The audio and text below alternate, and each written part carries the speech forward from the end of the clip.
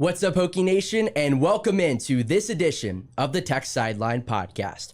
Virginia Tech women's basketball is right around the corner, and there is so much buzz surrounding Hokies women's hoops. So who better to bring in than the head Hokie himself, Virginia Tech head women's basketball coach Kenny Brooks, to talk all things Tech women's basketball. All that and much more coming up on episode 323 of the Tech Sideline Podcast, which starts right now.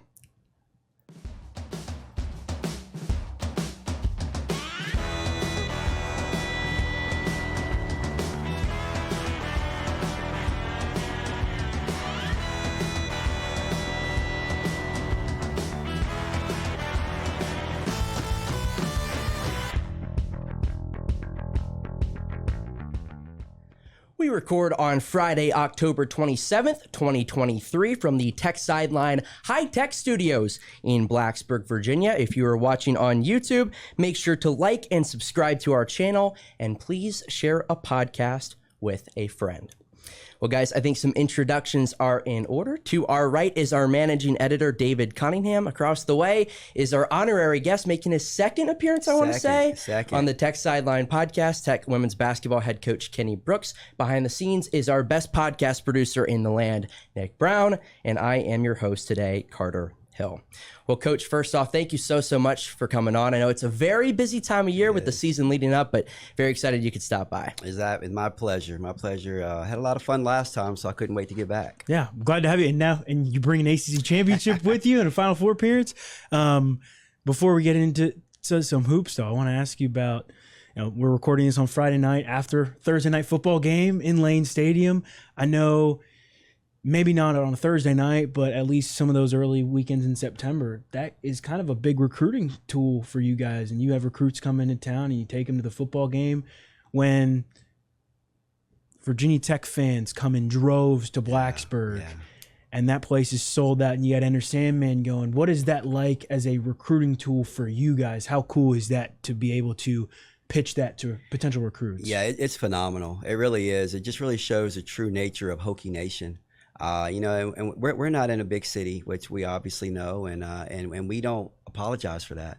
But what we do sell is the fandom, the fans, their passion for anything Virginia Tech. And when you can bring the kids on a campus and there's 70,000 passionate fans and, you're walking around and you're being recognized, and it really makes the recruits understand what Virginia Tech is all about. And in women's basketball, you want to be able to put yourself in a position where you can go and you can play in front of passionate fans. So many arenas are empty.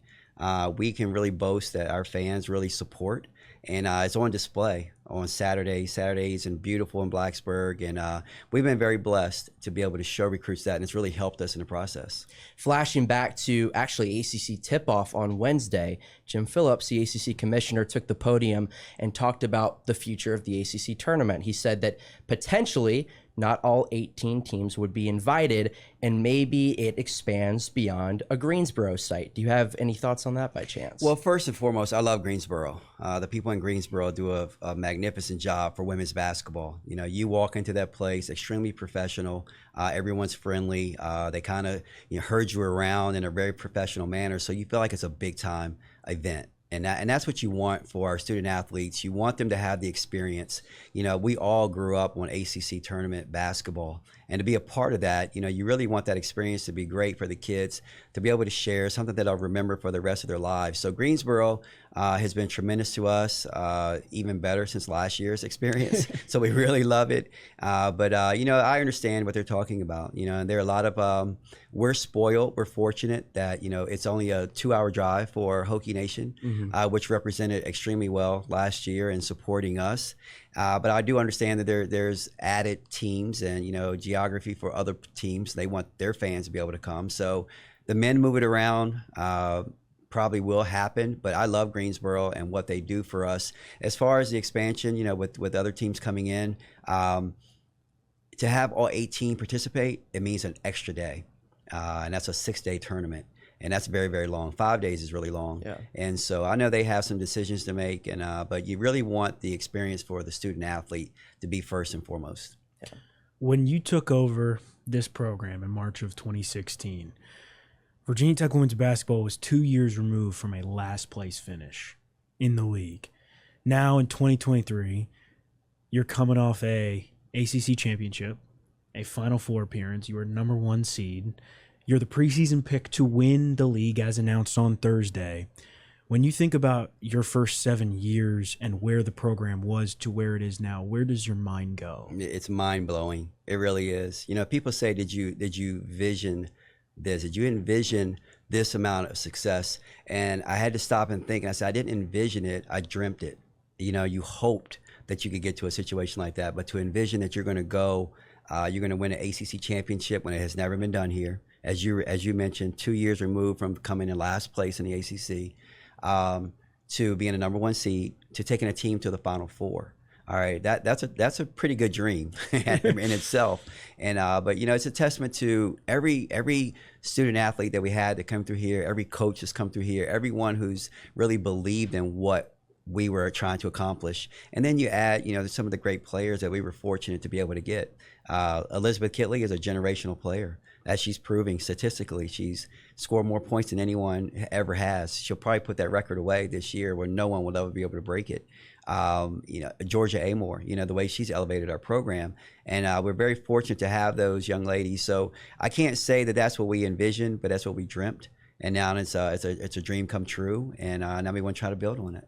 You came from some individual workouts with Georgia Amore and Liz Kitley. I know that's become quite a cornerstone, I should say, of your program. And you had mentioned a couple weeks ago that was something you did at James Madison. Mm-hmm. How has that helped mold your program here at Virginia Tech over the last 7 years? And why did you start initially doing that? Well, that's my passion. You know, when I got here, you know, I was telling anyone, I got the job at JMU, I got the job here. And, you know, my first thing is that, hey, I'm a coach. All right. I will go and I will shake hands and I'll kiss babies and I'll do everything. And I'm pretty good at it, but I'd rather be on the court with the kids. And it goes deeper than what people think. You know, they think, okay, you're on the court, you're teaching them basketball, but we're building trust. You know, I can sit there and I can be with Elizabeth Kitley. Yesterday, I had her in an individual, and we spent the first 20 minutes on the sidelines talking. And it was about life. It was about family. It was about anything but basketball. Then we got to the basketball part. And what we're building is trust. All right, so now I understand their movements, their moves. They understand what I want from them. So during the course of a game, we just look at each other. We don't even have to verbally communicate. We have nonverbal signals, and they'll know exactly what I want because of the hours that I've spent with them on the floor. And that's the way that we figure that we can compete at the highest level at Virginia Tech, because we're not fortunate enough that we can go in and have a roster full of McDonald's All-Americans, 5-star recruits. We have to get the kids who will put the work in to become All-Americans. And that's what we've done. And we compete against teams a lot that when we walk out on the floor, we have 0 McDonald's All-Americans and they might have 6 or 7 or 8. But with the work, the trust that we put in each other, we feel like we can compete with anyone. And that's the way that we felt like we could compete at this level. We went to recruit kids who we felt like had a really high ceiling and hadn't reached their potential yet, that we can get the most out of them. And we've been very fortunate that those kids have really panned out for us. You were on, I listened to my good friend Evan Hughes host your season debut for your radio show last week. And Evan asked you when you were sitting on your dock over the summer, if it ever kind of hit you, what you did. Going back to Charlotte this week and seeing the signage and being around everybody, did that kind of let it set in a little bit more? What do you accomplish last year? Yeah, you know what? It sets in, but sometimes at this point it sets in a different way. A lot of times people think it has it set in to the point where you just relax, enjoy it, reminisce. That time has really passed. Now when I see the signage and people want to talk about it, it's almost like motivation to work a little bit harder this year.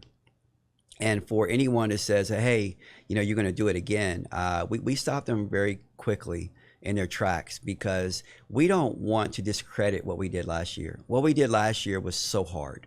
It was so hard, had never been done before here. Most programs don't get to achieve that. You know, we played against a historic program in Ohio State to get to that point, and they have never been to a Final Four. You know, and so for us at Virginia Tech, where the history hasn't been as great, especially since they've been in the ACC, we had to stop, relish the moment, understand it, appreciate it. Like I tell the kids a lot, stop, smell the roses, All right. But now it's time to, okay, put that to bed. And now it's time for a different run. And because we can't compare last year's group to this year's group. And we've understood that. And kids have been really working hard, all right, to develop their own identity for this year. And it's been a lot of fun to watch. I know that whenever you take a new job, you're always going to aim for the mountaintop. With that being said, when you arrived in Blacksburg, did you ever anticipate getting the turnout you all got for the NCAA tournament? Yeah, no. You dreamt it, and you know it could happen. You know, when you walk into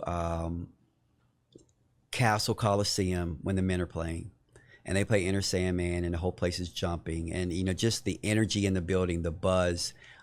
You know, you want the same for your girls. You really do. And you know, it was a slow build. It was a slow build, and you know, to bring people back on board, to bring people who had never been what they call women's basketball fans, you know, to really, you know, take a look, because some great things are happening.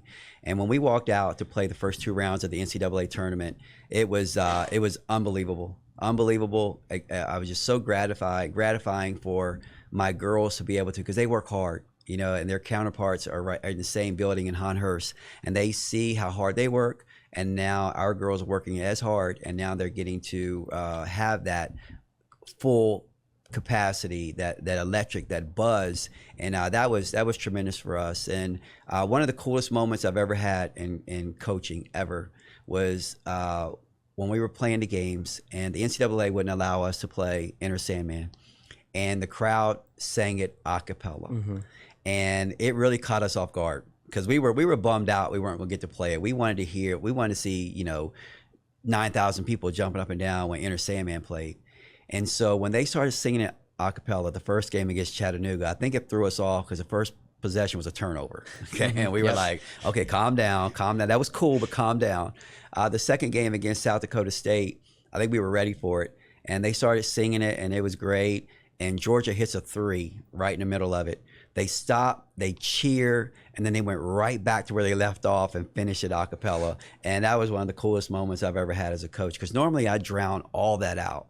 And when that happened, I was like, oh, that was pretty cool. And I couldn't wait to go back and watch it. And it was just as cool watching it again. So, you know, Hokie fans, they came out, they showed out, they represented. And I've always said, you know, that building can make a good team great. And they really helped us last year. The Final Four run, the ACC championship, we can tell, I know obviously you can tell, that it really changed the national perception of this program in Virginia Tech women's basketball. In tying in both last year's team and this year's team, how are you able to approach maybe kids in the transfer portal in terms of recruiting, or high school kids differently? I know you mentioned it kind of opens up a little bit more doors now for you. What has changed in terms of that aspect of it now that you guys accomplished what you did last year? Yeah, I think the representation that we had last year, just throughout, you know, the end of the season to the tournament, we started getting, you know, national recognition, a lot more eyes on us. Obviously, when you're in the NCAA tournament and it goes from 68 to, you know, 32 to, you know, 16, more eyes are going to be on you the longer you stay in it. And people got to see our program. And it wasn't just the final score that they were watching. They were watching the way that we played. They were watching the way that we represented. I've had so many fans, coaches, recruits, parents of recruits, everyone say that they enjoyed watching us play. We were fun to watch. We looked like we really got along. The chemistry was unbelievable. And then when you can get comments like that, and people are thinking that way of you, they want to be a part of your program. You know, they want to watch your program. They want to emulate your program. And I've gotten so many calls and people wanting to say, hey, how do you do this? They've even asked me, how do you build your chemistry? And I just said we do it organically. We don't bring in anybody to do a, you know, seminar, or we don't have these exercises that we do. We just learn how to care for each other and love for each other and want to play for each other. And that's what those kids had on display, you know, the whole time last year. So now when I'm calling recruits, well, in the past, I used to have to say, well, hey, do you know much about Virginia Tech? They would say no, you know, or the most they would say is, I know you play in the ACC. Or you have, maybe they would say you have Enter Sandman. You know, now they've seen us, they've watched us, they talk about our players. They talk about Liz Kitley like They've been watching her, forever. Georgia is like, Cher or Madonna. They just call her Georgia. She's a one-name person, and so that puts you 2-3 steps ahead. So now you're recruiting with, more storied programs. And, now where we're recruiting against people. My first couple of years, we were really going against a lot of high mid-majors, to beat them out for people. Now we're going up against some of the most historic programs in the country, and we're winning some of those battles. We lose some of those battles, but at least you're in the conversation. And so I can start 2-3 steps ahead now when I'm introducing myself to a recruit, because they watched us last year continue on the run that we had.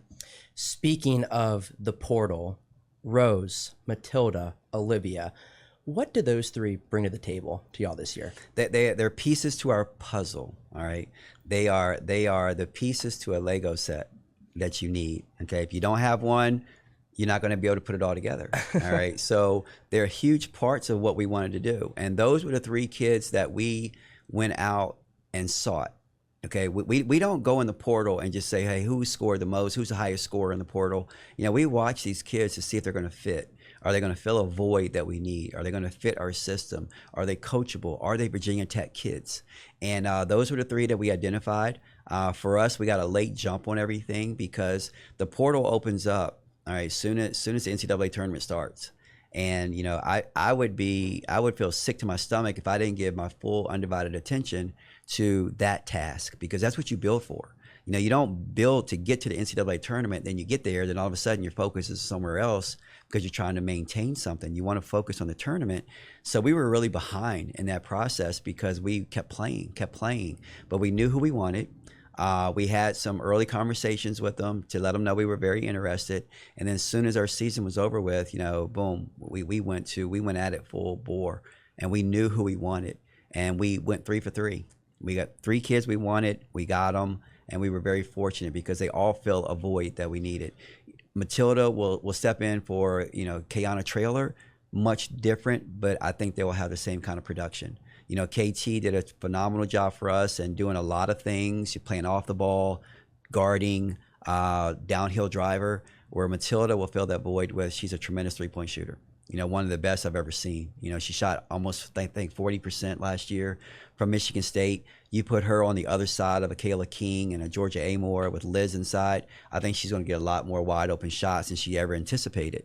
And when she can knock them down at a high clip, that's going to be very productive for us. Rose Michaud, she's not Taylor Soule, but the same mold.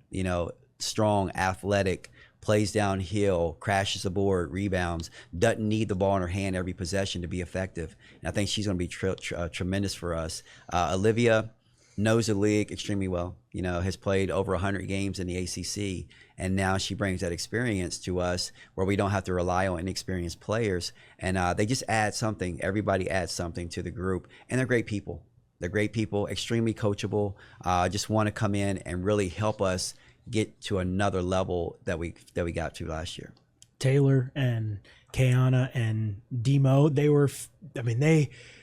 were part of this core that helped get the program to where it is now. Obviously, they're not here anymore, but can you share any updates to the fans on what they're up to now? And 2 of them were drafted into the WNBA. I'm sure that was a very proud coach moment for you. Very proud moment because those kids came here and they were the best players on their teams, but they never gotten over the hump, never been in an NCAA tournament.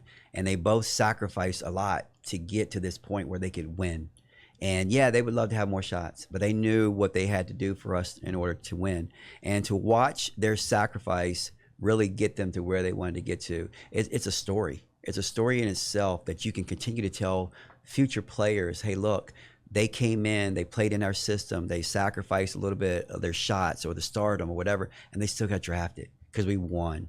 We won. If you win, you're going to be, one of the last ones standing, and the highest of the high are going to watch you play on the big stage. And so both of them got drafted. Kayana Traylor is playing in the first division in Europe over in France. Having a wonderful start to her season. Continue to talk to her probably once, twice a week. She's family. And will continue to help us in recruiting just by her success and what she's doing. Taylor Soul, I talk to her every other day. You know, I sometimes I wonder if she's still here in Blacksburg, you know, and her story is fantastic because in the transfer portal, when you have kids for 1 year, you don't really even have them for 1 year. It's really 10 months. And she transformed. She went to Boston College and she appreciated her time at Boston College. But if you ask her, she'll tell you she's a Hokie. And everything that she experienced last year, it was a dream come true for her. The very first game we had, she was bouncing off the walls. I said, "Why are you so hyper?" And she says, "Coach, I've never had this many people cheering for me. And so I'm going to take advantage of it." She soaked it in and took advantage of everything Blacksburg. She even texted me the other day and said, "Hey, go to Black Salt and get a chicken sandwich with some seasoned fries." And I'm like, "Where is that?" You know, I've been here next to Waffle House. It's really good. It's really good. I went and I had a chicken sandwich with some seasoned fries, and I text her right away, and I'm like, 2 thumbs up. It's really good. But you know, she's still making an impact on us. You know, from far away. She's in Italy. Cool story. She texted me last week. Her and a kid named Jasmine Guafmi that played for me at James Madison the last year that I was there. They played against each other, and they were texting me at the same time talking about the game. They guarded each other, and just my two worlds collided in that moment. But it was really cool.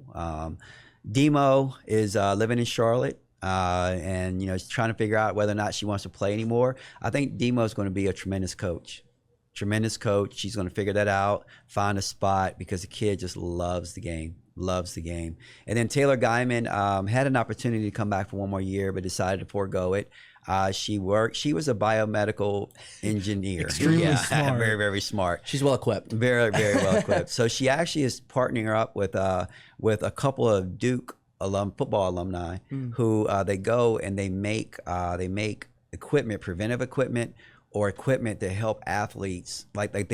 So I asked her what she did. She gave me this long technical term, what she was doing. And I'm looking at her like, I don't know what that is. And she says, "Well, you ever see the mask the guys wear when they break their nose in basketball?" I said, "Yeah, we make those." And I said, "Oh my gosh. Thank you." All right, thank you. So doing very well. You know, I call it adulting, but she's, you know, just transforming herself into that world, but she's doing a tremendous job as well. That's beyond my pay grade. I would not know how to do that. I would not know how to do that. No.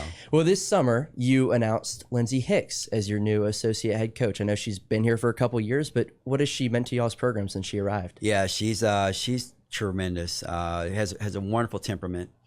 Just really is down to earth, but kids respect her so much. And she comes in with a wealth of knowledge. She was from Louisiana Tech, where she was the associate head coach, but just works hard and works in a very professional manner, in a fun manner. And she's a budding star, and I think one day, you know, she's going to be a tremendous head coach. But we're fortunate enough to have her here. Kids love her. You know, it'd be very hard for me to be able to be successful, move around as smoothly as we do without her, just her production and her being there. And so I'm excited, you know, for her future, continuing to get more and more. Obviously, we've had some coaches go on to be head coaches. Sean Poppy has done a tremendous job at Chattanooga. Jim Brown is at Queens. Brittany Anderson is a budding star. I think she's going to get an opportunity very, very soon. She's now at Illinois. But it's just a great tree to understand. And I think that it is a respect level for coaches who come through Virginia Tech, where they can aspire to be head coaches and move in a way that's going to really help their career. I saw you tweeted the other day, the Mocs are the preseason SoCon pick, man. I told him, I said, slow down, man, slow down. But no, I'm so proud of Sean Poppy. He and I talked for a very long time last night, just about a lot of different things. Bullseye on his back now, and I miss him dearly. Wish he could have been here for even longer period of time. But he impacted this program. Me. He'll say that I impacted him as well. But it was fun having him as my right hand. When Chattanooga, the AD at Chattanooga, I used to work at JMU in fundraising when I was the head coach there, and he called me and I said, well, "What are you looking for?" And he said, I want a mirror image of your program at Virginia Tech. Well, I said, well, look no further. Sean Poppy is your guy. And he says, "You think?" And I said, "Yeah. He'll run that program and he'll build it just like we built it here." And I don't mean this in a bad way, but we call them like our little sisters. because I'll see videos of Poppy and he's using the same things that we do here. Yeah. And it's really fun. And he'll tell me, he says, look, man, I'm not plagiarizing. I'm just telling you, I'm using your stuff. And that's a huge compliment in itself. So, it's funny when he got the job offer, Chattanooga called me and they said they were going to offer him a job. And, I said, well, what are you guys going to offer him? How much are you going to offer him? And they told me, I said, well, I can beat that. And so about an hour or two later, Sean calls me and he says, look, I don't know what you said to them, but he got a little bit of a raise. and he said, I don't know what you said to him. I appreciate it. But, I'm always going to look out for him. He does a tremendous job there and they're going to win. They're going to win, but he does it the right way. You brought in Juwan Scaife over the summer. What has his impact been through first couple weeks of practice and everything? And why was he kind of the right guy for the job? Well, I think that he's still learning our system, so he's probably not going to be as boisterous right now until he can really learn what we're doing. We have two veterans. People have been with me and know me, and he's probably watching them and trying to figure out, where it is he can fit in, what's going to be his niche. But he just watches, Lindsay and Rad. My whole staff last year, I got to give them, kudos because what they did last year, we were down an assistant coach. Everybody stepped up, and we didn't miss a beat. We were exhausted at the end of the year. They had to do a little bit more, but they all did. Lindsay, Rad, who had a phenomenal year. She went from a grad assistant right to a full-time assistant and has been tremendous. She's hit the ground running with recruiting. Her X's and O's are really on point. She knows me. She knows me extremely well, and she knows what my Starbucks order is. She can get me here and there, in the right places, watching the right kind of kids. Understands what we want in a future Hokie, and so he has a blueprint right in front of him, just to watch them and build on that. And I think he's going to be a great addition. Number 8 in the preseason AP Top 25, picked to win the ACC, highest ranking in the ACC. How does that make you feel? Proud, and then also motivated. You just got me motivated. I want to finish this and go watch some film so we can get better. But a lot of times the expectations that are put on you by the outside are no heavier than what you put on yourself. And we understand who we are and what we're capable of doing. And and that's paper. It's paper. I think we were preseason 13 last year. We ended up postseason 4. Mm-hmm. And so the games have to be played. And we have an extremely challenging schedule, whether it's non-conference. Our in-conference schedule is challenging. We're in a tough pod. We have to play Carolina twice. We have to play Duke twice. We have to play NC State twice. We have to play University of Virginia, who's getting a lot better, twice. And then we go on the road this year. A lot of our tough games are on the road. We have to go to Notre Dame, to Louisville, to Florida State. And so, it's going to be very challenging. But the thing that excites me is I don't think we have to live up to that billing right now. We just have to continue to get better. And I think we'll hit our stride, soon, and we'll be one of those top teams, one of those top 10 teams in the country. Talking with Liz and Georgia and Kayla at ACC Tip-Off down in Charlotte this week, Liz is so excited to have Matilda because it'll stretch the floor even more. When you look at this team you have this year, does anything stand out to you in terms of if you guys might play, if it might look different, or is it just going to be kind of maybe a little bit more spread out because of what Matilda provides, and maybe Liz might have more room inside? Yeah, I'm anxious. We have a scrimmage tomorrow, and we've been going against each other for 20-some days, 20-some practices, and we're beating up each other. And our practice guys give us a different look, every now and then, and but they look really good. That they do, and I don't know how that's going to translate into playing against someone else, but they understand it. The chemistry that they're gaining with each other. Matilda has been a seamless addition. She's not needy, but when she gets her opportunity, she capitalizes on it. She's a very smart player. She's a great connector, and I really like what she provides for us. So, I think our lineups, our versatility, we can be different from game to game. We can be different from quarter to quarter. We have the ability this year. It's the deepest team that I've ever had here at Virginia Tech, and that's always been a bugaboo for us. Is that we had some really good players, but there been a big drop off. Afterwards, even last year, 1 through 6, we were really good. All right, but then you start going 7 through 10, and then you had a little bit of a drop off sometimes. This year we don't really have that. And I think once the young players get more and more experience, that drop off will be even less because they're extremely talented. They're just trying to learn our system. So we can go out, we can play experience, we can go out, we can play big. It's the biggest team that I've ever had since we've been here. It's the best shooting team that I've ever had since we've been here. But again, I got to curb our enthusiasm because it's a different year. It doesn't matter what we did last year, the success we had last year. We still have to build that chemistry, but we definitely have the pieces of the puzzle. You mentioned a scrimmage. What, as a coach, do you look for in those types of situations? Is it how you can mix and match lineups, who works well together, and you've been doing this for a while. What have you learned about your teams over the years from those types of opportunities? I'm so different now. Even when I got here at Virginia Tech, you wanted to win. You wanted to win the scrimmage.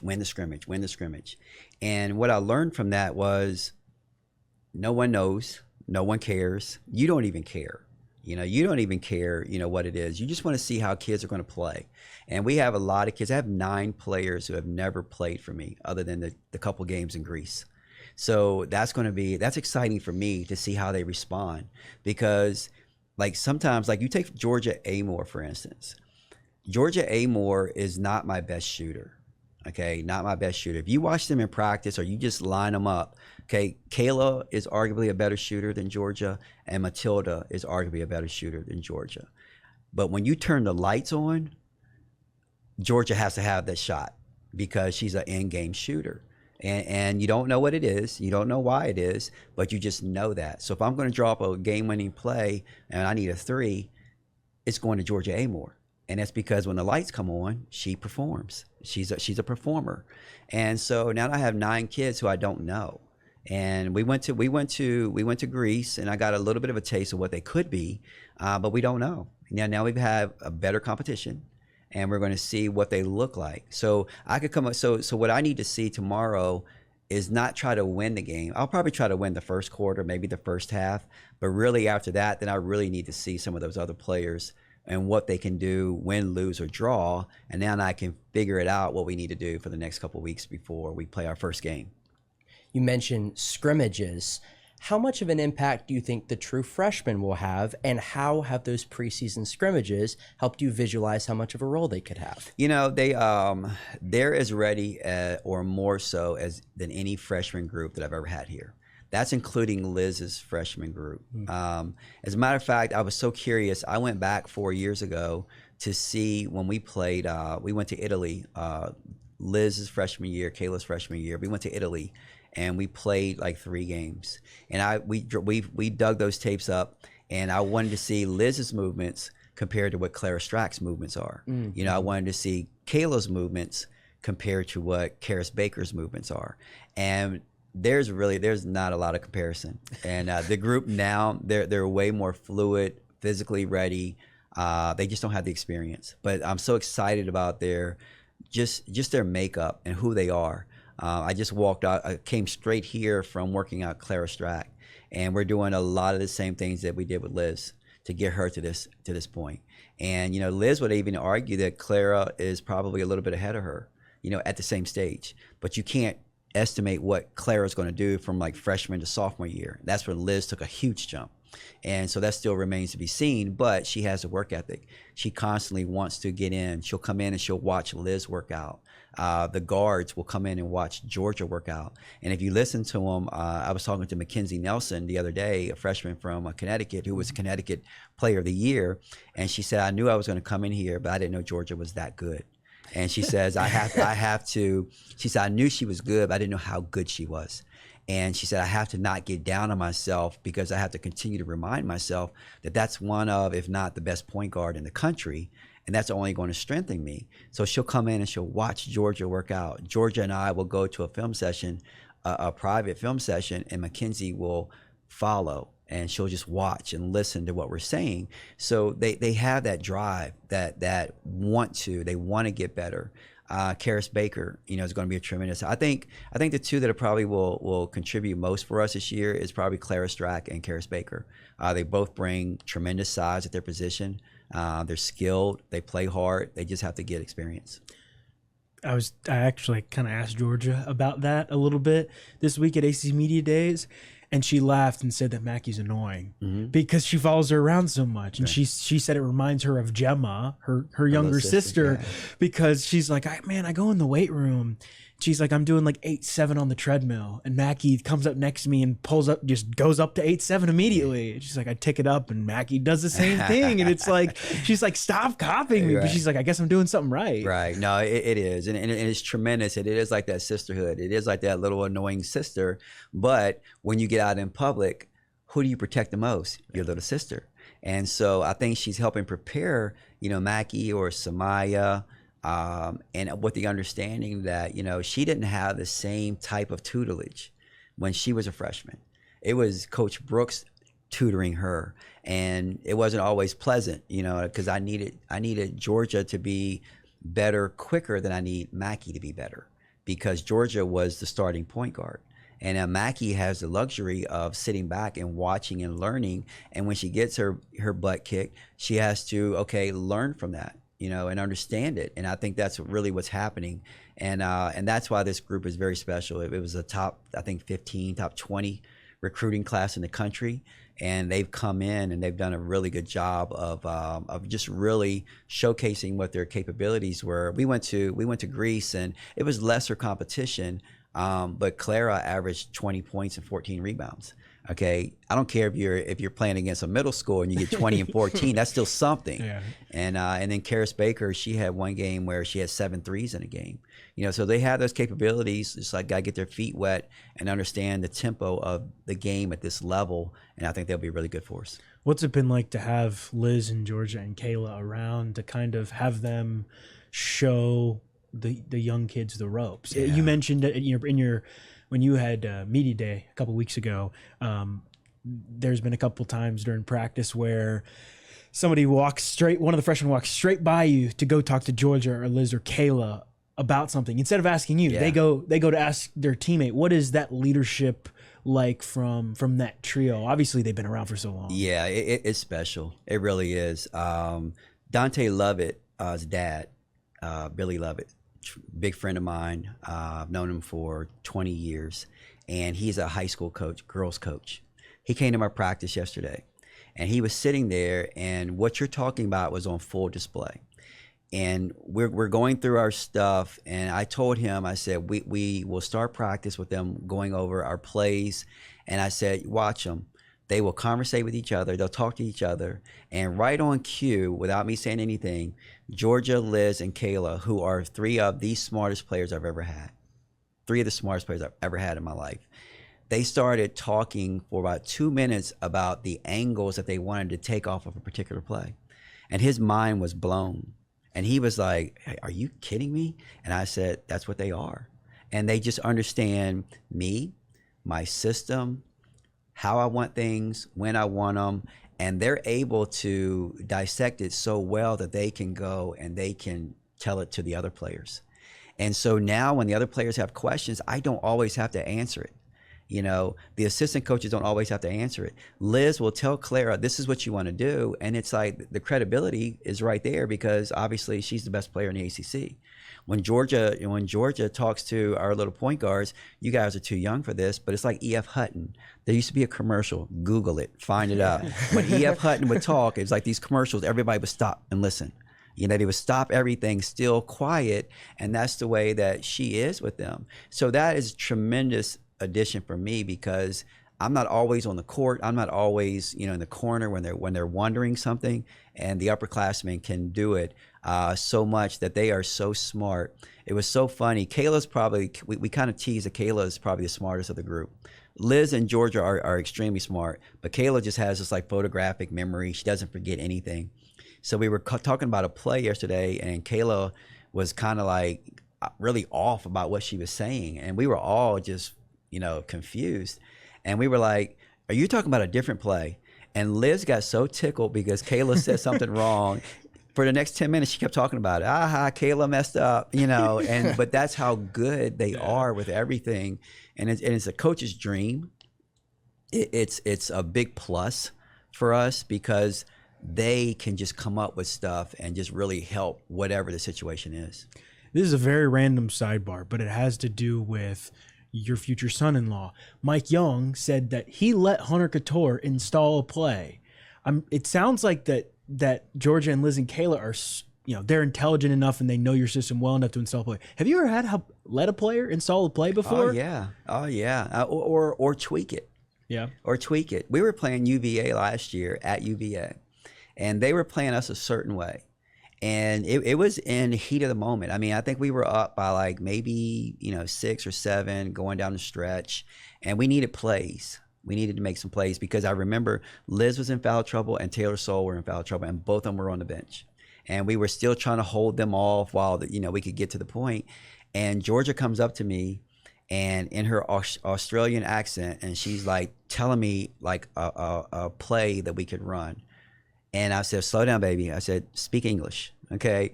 And then she told me, she said, well, they're playing me to come off of this high ball screen in a way that if I just rip and go baseline, I can get a layup. And I said, okay, do it. And I kid you not, she caught it. They played her to go over the screen. She went baseline, boom, and won. Game's over, up 10. And it's like the amount of confidence that I have with her when she comes to me, she's like E.F. Hutton. I'm listening. Okay, I'm listening. What is it? And that's the amount of film work that we've had, the amount of individual workouts that we've had, that we are connected, that she feels comfortable enough to come talk to me and tell me about something that she sees, and I'm comfortable enough to trust her, and we can do it. And every now and then I'm like, nah, I really want to do this, and she'll say okay, because she understands that I might have something in, and she's not hurt by, her feelings don't get hurt, but the trust that we have in each other is tremendous. And then Liz is the same way. Liz, we were playing Duke 2 years ago, and she said, when I come off on this play, they're double teaming me, but they're coming off of Shep's person. I can just throw it back to Shep if you run that play. And I said, okay. We ran it, and lo and behold, they double team off of Shep. I have no idea why they leave Asia Shepherd. She throws it right back to her. Shep hits a 3, boom, it puts the game out of reach. And that's the trust that we have with each other. You've talked about the depth on a numerous amount of occasions. It's no secret this is probably one of the deeper teams you've had here at Virginia Tech. I know you've talked about it a little bit with David, but is there a number you would like to get to this year? 8, 9, 10, or is there a number that comes to mind essentially? Yeah, I think it's going to be a work in progress. We're still trying to form our identity. As I mentioned before, I'm still trying to figure out who's going to play well when we flick the lights on. Who's going to play well when we're going against someone else, and who's going to play well with each other. That's what they're going to have to learn as well. So remains to be seen. I think it'll be a work in progress. You look at our team last year. Last year, we had to invent ourselves. We had a certain lineup to start the season. Injuries happened. We had to reinvent ourselves. We had additions come back. We had to reinvent ourselves. Mm-hmm. All right. And then we finally had a group that we went on. So I think it's going to be a work in progress because some of the younger players, some will be more mature in the beginning, some will catch up at the end, and then that's going to determine how many we go. But we do have the capabilities that we could probably go 10 deep. But probably a great number would be 9. And so we'll see what happens there. You've gotten to coach Kendall. You've gotten to coach Chloe. Well, now you get to coach Gabby. How special is that for you as a father to have coached all 3 of your daughters at Tech? It's unbelievable. It's one of my greatest accomplishments. It's one of my most enjoyable accomplishments. And, it's I think through these years, by the time Gabby leaves here, we would have 11 straight years with a Brooks kid on the roster. And for me, that's just something that's special. It's why I coached women's basketball. I had 3 daughters. My dream was always to coach. When I came here, the stipulation was, I want to coach my daughters, and because that's what I had at James Madison. They were going to let me coach my daughters, and so you go through the ups and the downs with it. People ask me a lot. It's a blessing to be able to coach your daughters, but it's also a curse because I see them every day. And if my kids were to leave me, I would probably talk to them 2-3 times a week, and I would say, "How are you doing?" They would say, "I'm fine. I'm good." And you would take them at their word, because you don't see them. But I get to see mine every day. So I know if Gabby comes in and she struggled on a test. I know if Gabby walks in and she did tremendous on a test. because I see their expression and your kid. And then sometimes you fight the lazy narrative. You do. And I think that the way we handle the lazy narrative now is much different in the beginning. And I'm very proud of them because they had to grow up in the shadows of being Kenny Brooks's daughters, and when you're in this realm, this profession, you're going to be judged differently. Well, can she play there? Well, she's not good enough. Everyone has an opinion. Oh, he's just going to play his daughters. And I laugh at those because the people who think that I'm going to show them favoritism, they don't know me. If anything, you're harder on your children. And I'm a competitor. I want to win. And so when we go out, if Kendall is going to has to play 30 minutes like she did for us some games as a freshman, because we just didn't have players. So she had to play. Okay. Now you look at the team now, Gabby's on the team. Gabby doesn't have to play, in Puerto Rico because we've established our program. And so many people would say, oh, well, they don't belong. There's a lot of places for people. People would say stuff like that. It's a lot of places for everyone. Gabby brings something to our program right now. Is she ready to play at this level? No. Will she redshirt? Yeah. She's going through a situation where she's learning how to play at the Division I level on a top 10 team. No, she's not supposed to be playing right now. That means your program's in a great spot. But it's been the best. I wouldn't trade it for anything in the world. I wouldn't have it any other way. And I'm not the godfather of coaching your kids, but I've had so many coaches call me. How was it coaching your daughter? Because my daughter's coming up and I'm thinking about doing it. The coach at Georgia, her daughter plays for her. We talk extensively. The coach who is now at St. Louis, she coaches her daughter. She called me. Hey, I want to talk to you about it. She even mentioned me in an article. Yeah, I talked to Kenny Brooks about it, and this is how we're blah, blah, blah. The coach in Nebraska, we played them last year. She said, I want to talk to you. How was it coaching your daughter? And I tell them it's like the best experience. And my kids, it's helped me develop a family type atmosphere. We have a top 15 recruiting class, and every one of the parents in this group, the mothers, came up to me and they said, I feel comfortable putting my daughter in that environment because you feel comfortable putting your daughter in that environment. And Liz, Georgia, Kayla, they're tremendous friends with Kendall, with Chloe, and now it's so much fun watching them bring Gabby along because they've been knowing Gabby since she was 12 years old. Now she's their teammate. And so for me, that'll be one of the best experiences I've ever had.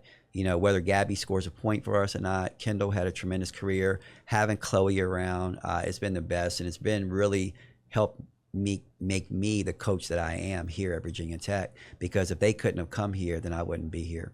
And it's been tremendous for us. In terms of Kayla and Liz and Georgia, they've all been playing college basketball for a while now. They're used to it. Their accolades speak for themselves.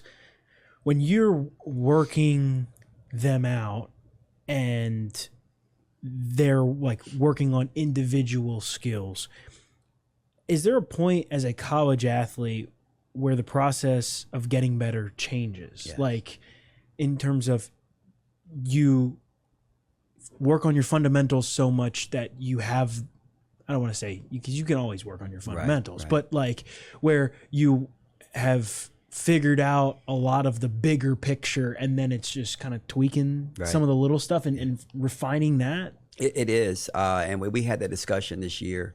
And all three of them have made monumental jumps from like their freshman year to their sophomore year. Huge jump from the sophomore year to their junior year.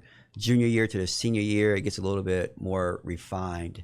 All right. And I think, Liz and Georgia in particular, as soon as the Final Four was over with, they were back at it. And they didn't understand that our workouts became more challenging because I'm throwing different things at them. I'm making the workout more difficult because we're working on difficult shots and not just the regular shot. And it's kind of like if you're making a carving, all right, you have a piece of wood and you want to make it into, I don't know, say you want to make it into a hokey bird. All right, when you first start and you start carving it, you're making huge jumps and making it look like a hokey bird. But then you're refining it to making the beak a little bit more refined. All right. Well, maybe you don't notice that, as much as you will as when you're carving out, the whole sculpture, but it's still important. and it's what making it look really real. It's what making it going to set itself apart. And they had to understand that. You know, they're not going to make these huge jumps. They just have to refine it, do the little things that's going to make it better. All right, then we start training their brain as much as we're training their body. Okay, Liz, you catch the ball here, okay? You don't have to go fast. Go at your pace. Go at your pace and make them play at your pace. And when you can control your opponent that way, that's when you're working on a different level. It's not, you know, playing to the pace of your opponent. You make them play at yours. And those are little things that you don't get to see as much as, okay, we're working on your 3-point shot, and all of a sudden, instead of going, you know, 3 for 10, Liz, you went 8 for 10. All right. You maybe won't see it, but you understand it, and it really shows in your game. And that's where they are now. I'm making it difficult for them. The moves that we are working on not only will benefit them today, but they will help them when they become WNBA prospects. You guys hit the ground running. It's no secret, with Iowa the first week in Charlotte, and then later in the month LSU. Obviously, you don't have control over the LSU game. Iowa, when it was presented to you, what was kind of your thought process there, and how eye-opening is that for it to be a part? How eye-opening is it for you guys to be a part of as a program? It's phenomenal, and it's a situation and opportunity that I could not pass up. I do not want to be playing Iowa the second game of the year. I don't want to have to game plan for someone like a Caitlin Clark the first week of the season.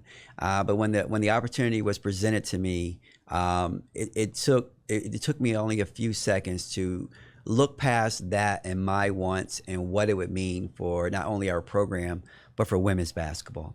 You know, I felt like that we were, you know, very close to playing Iowa last year in the national championship game. I felt like that game would have been a tremendous game because our styles are very similar. I have a lot of respect for the Iowa program. And so then I started looking at it from a different manner. Okay, I'll say, so you're telling me that we could come to Charlotte, play in the Hornets arena, and play against, you know, one of the best teams in the country, and it's going to be on ESPN, and we get a guarantee? Okay, I'm like, as many times as I try to talk myself out of it, I couldn't. And I think it's going to be a game that's going to really transcend women's basketball. It's going to help transcend it. It's an early on matchup, so I think that a lot of eyes are going to be on it. And I think it's a great opportunity for us to showcase not only what we are, but who we are. And that was one of the great experiences that we had last year. And Rebecca Lobo asked me, he said, what are you most proud of that you guys got to this point? And we were talking about the Elite Eight. And I said that the whole country is going to be able to see how good Elizabeth Kitley is, and how good Georgia Amore is, and how good we are. And not just regional television or ACC network, the whole world's going to get to see it. And I think this is another opportunity for us to be able to do so. So we're happy with it. They've been tremendous. Ally is sponsoring the game. The Charlotte Sports Club is putting it on. My daughter, Kendall, works for the ACC in Charlotte right now. And she sent me a picture. I think it's a huge billboard on one of the buildings, you know, nice. And it's got Caitlin Clark, and it's got Liz, and it's got Georgia, and, you know, talking about the game. And so, you know, it kind of gave me goosebumps, and I'm like, wow, you know, that is really big. So it's a great opportunity for us, and we're looking forward to being in Charlotte too, with the amount of alums down there from this school. How special do you think that will be, and how much maroon and orange do you expect to see in the stands? I expect to see a lot. You know, when we were in Seattle, I was a little worried that we were going to go out there and it wasn't going to be well attended by Hokie Nation. And when we won, I think we were in the waning moments of winning, and the "Let's Go Hokies" chant started off. And I thought to myself, where did they come from? You know, and it's just like, how did they get here? And for us now, and I think it's going to be tremendous. That was another reason that we wanted to play the game. I'm like, we're playing it in Charlotte. I get Iowa in Charlotte. You know, Hokie Nation is going to represent. And it's so much fun now that, you know, I walk around and, you know, people will come up to me in Kroger and they'll say, see you in Charlotte. And I'm like, Charlotte? Where? Oh, the Iowa game. And I got back from an event the other night, and me and my wife stopped into Kroger, ironically again, and we were looking at beauty supplies. You know, I needed some lotion or something. So I never go into Kroger. And I'm in there, and a guy just casually walks by me, and he says, beat Iowa. And I'm like, we got High Point first, but okay, but it's just, I think the buzz that it's created is really good for our program and women's basketball. We know how tough the ACC, how challenging it is. You guys are in the toughest pod. We talked back in August in your office about how challenging it was to put that schedule together and how long it took, more than normal. Kansas, WNIT champs, Tulane's pretty good. You go to Rutgers. What do you like about the schedule you put together and how it's going to challenge you ahead of the ACC? Well, I don't like it a lot because I think there's some teams on there that are going to challenge us. But I like it also for that reason, because we have to be prepared. We have to be prepared when we go into the ACC. We're going to see a lot of different styles. Some teams in the ACC, they love to run around and press. Some want to play primarily man-to-man. Some want to play primarily zone. And so I think we're going to get a little bit of each and everything in our non-conference slate. That's what you want. You want to be able to challenge yourself. There's some aspects of the schedule that you don't have any control over. The LSU game, they just put us there. It is a little bit unfortunate with our schedule that we have, I think, 5 games that are going to be on ESPN, and none of them are in Castle. I don't know how that happened, but we show well on TV, and I think that we had a game on national television. It would have really represented our whole Hokie Nation. But we have to play the games that are put in front of us. But I think our non-conference slate, it will prepare us for it. We have some games that I think that we can try to get some kids some opportunities, which is necessary to see what they can do. And but it's going to be one. But like you mentioned, it was almost the beginning of September before we put the final game together, because when you have success like we've had it just changes things. It not only changes who wants to play you, but sometimes when you go out and you have to do a guarantee game. We kind of moved into a different tax bracket. And when I first started here at Virginia Tech, you want to pay someone a guarantee game to come play you. They didn't have to have a whole lot of money because they were like, okay, it might be a chance for us to win. Now when you're coming off a Final Four and Elizabeth Kitley says she's coming back and Kayla King says she's coming back, people hold out a little bit more. They say, what are you paying? And you tell them what you're paying. They're like, oh, no, we're not paying you for that. So you had to go up, bump it up a little bit. And that was very challenging for us to be able to do. So, but it comes with the territory, the success that you have. I'd rather be in that predicament than to be in the other one where everybody wants to play you because you're not good. But it just goes to show you the growth of our program. Opening night, High Point at Castle Coliseum. You guys are going to raise 2 pretty significant banners. How meaningful will that night be for the program? I think it's going to be fun. High Point's going to be a difficult game for us. We played them last year at their place, and it was difficult. They just run a different type of offense. It's not conducive. It's not an ACC type offense. And so that's going to be challenging in itself, but it is going to be emotional when you see a Final Four banner being raised. I think we're giving the girls their Final Four rings that night, so it's going to be a lot of emotion, and we're going to have to put that away really quick. And if we can do that, then we got to lock in and focus on what we need to focus on. But I'm excited for it. I think it's a doubleheader with the men. We get to go out there and first crowd of the year, play in front of a lot of different people. So it's going to be a lot of fun. Coach, I want to leave you with this. If you look over your left shoulder, you can see a Lego constructed Hokie bird. Early on in the podcast, you talked about needing to construct a team together like Legos. I think I can speak for you in saying that's what you hope this team this year looks like. So, and what last year's team probably looked like too. So it would be phenomenal because that is very well constructed. Yes, credit to Nick Brown, our producer. Yeah. Nick Brown, the bandwagon Texas Rangers fan. But no. But if we can look like that at the end of the year, mission accomplished. No doubt. Well, Coach, thank you so much for your time. It has been an absolute blast. Appreciate you guys. Yeah, thanks for coming on. You joined, obviously. Olivia came on and Carly came on, so we're getting everybody on, man. You guys are gonna know the personality of this whole group, so it's a lot of fun being around them. Yeah, hopefully more. They've all been really, really good. Yeah.